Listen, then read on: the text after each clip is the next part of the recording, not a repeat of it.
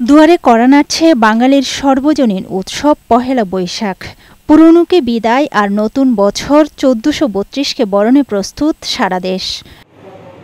বাংলা নতুন বছরকে বরণ করতে নারায়ণগঞ্জ চারুকলা ইনস্টিটিউট ক্যাম্পাসে চলছে শেষ মুহূর্তের প্রস্তুতি। শোভাযাত্রার জন্য শিক্ষার্থীরা তৈরি করেছেন বর্ণিল মুখোশ, রঙিন মোটিফ আর বিশাল আকৃতির কাঠামো।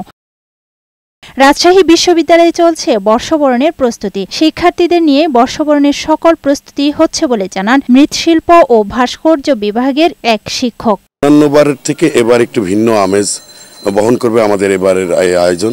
চারুকলার শিক্ষক শিক্ষার্থীরা জানান এবারে গ্রাম বাংলার ঐতিহ্যের সঙ্গে থাকছে নতুন বাংলাদেশের থিম এবং গাজার ইসরায়েলের গণহত্যার চিত্র।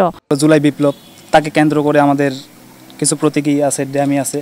বাংলা নববর্ষ ১৪৩২ উদযাপন উপলক্ষে খুলনা বিশ্ববিদ্যালয়ে দুদিন ব্যাপী বিভিন্ন বর্ণিল অনুষ্ঠানের আয়োজন করা হয়েছে। এর মধ্যে আজ চৈত্র সংক্রান্তিতে কেন্দ্রীয় মাঠে থাকছে ঐতিহ্যবাহী ঘুড়ি উৎসব, আলপনা আর সাংস্কৃতিক অনুষ্ঠান। বরিশালেও চলছে বর্ষবরণের প্রস্তুতি। ব্যবসায়ীরা তাদের ব্যবসা প্রতিষ্ঠানকে নতুন রূপে সাজাচ্ছে, বানিয়েছেন হালখাতা। হালখাতায় আমাদের যে পাইকাররা সারা বছর যে মাল নেয় এরা এই দিন আসে।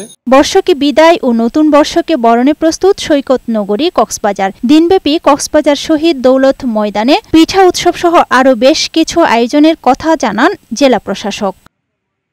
মাগুরায় বৈশাখী বাউল গানের আসর ও বৈশাখী সাধু মেলা উৎসব অনুষ্ঠিত হয়েছে। পাশাপাশি পহেলা বৈশাখ উপলক্ষে ফুল বিক্রির ধুম পড়েছে ফুলের দোকানগুলোতে।